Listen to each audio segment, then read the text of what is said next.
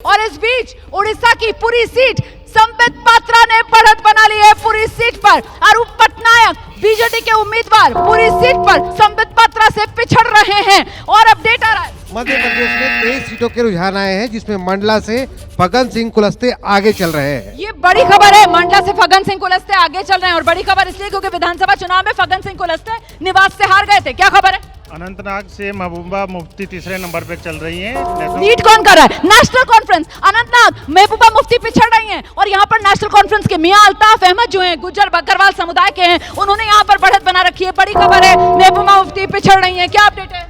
मेघालय की दोनों सीटों पे शिलोंग और टूरा पे एनपीपी के कैंडिडेट लीड कर रहे हैं जो एनडीए के सहयोगी हैं। बिल्कुल। और इस बीच बड़ी खबर आपको बता दें, बदायूं से बड़ी खबर आ रही है। शिवपाल के बेटे हैं आदित्य यादव, पहली बार लोकसभा चुनाव लड़ रहे हैं और बदायूं सीट से आदित्य यादव बढ़त बनाए हुए नजर आ रहे हैं। लगातार पल पल का अपडेट आपके सामने उत्तर प्रदेश के बदायूं से समाजवादी पार्टी के आदित्य यादव जो हैं वो बढ़त बनाए हुए नजर आ रहे हैं। उत्तर प्रदेश के पीलीभीत से समाजवादी पार्टी के भगवत गंगवार जो है वो आगे हो गए हैं, मतलब जितिन प्रसाद पीछे।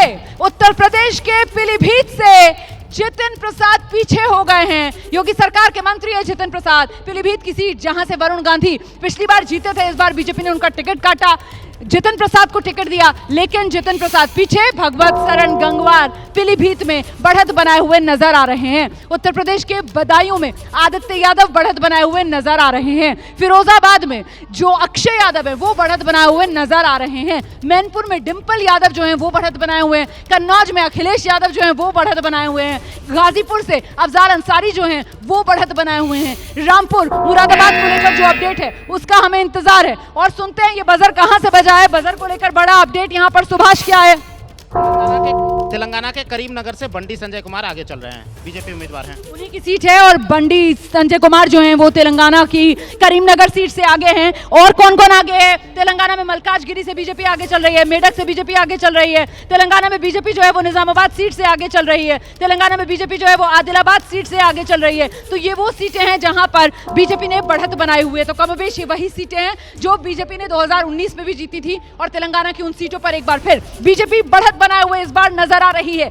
एनडीए 255, इंडिया गठबंधन 163। आप देखिए किस तरीके से ये तस्वीर जो है वो कमोबेश अब सेटल होती हुई नजर आ रही है, क्योंकि शुरुआती 1 घंटा काउंटिंग का पूरा होता हुआ 8:53 हो रहे हैं और ऐसे में 429 सीटों के शुरुआती रुझान जो सामने आ रहे हैं। बजर बजा है उत्तर भारत, लेकिन पहले अकोला से प्रकाश अंबेडकर आगे चल रहे हैं। अकोला से प्रकाश अंबेडकर आगे चल रहे हैं। संजय धोत्रे की ये सीट इस बार बीजेपी की तरफ से उन्हीं के बेटे अनूप धोत्रे को चुनाव मैदान में उतारा गया और फिलहाल प्रकाश अंबेडकर वीपीए के नेता डॉक्टर भीमराव अंबेडकर के पोते आगे। जो बिल्कुल वंचित अघाड़ी, इसका मतलब है कि प्रकाश अंबेडकर वोट पाने में कामयाब रहे। एक और अपडेट ये आ रहा है कि अमरावती जो बाजू की सीट है, नवनीत राणा पीछे चल रही है। नवनीत राणा पीछे चल रही है, प्रकाश अंबेडकर आगे हो गए। उत्तर भारत से क्या अपडेट? मंडी से कंगना 1294 वोट से आगे चल रही हैं। मंडी से कंगना जो है वो लीड लिए हुए नजर आ रही है। बाकी सीटों का जल्दी से दिखाइए, नीचे करिए, स्क्रॉल डाउन कीजिए इसको। मंडी से कंगना रनौत जो है उन्होंने बढ़त बनाई है।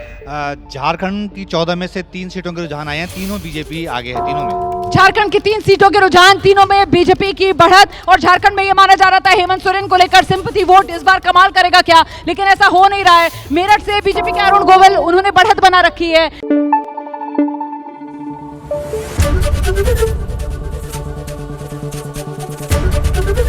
एबीपी न्यूज आपको रखे आगे।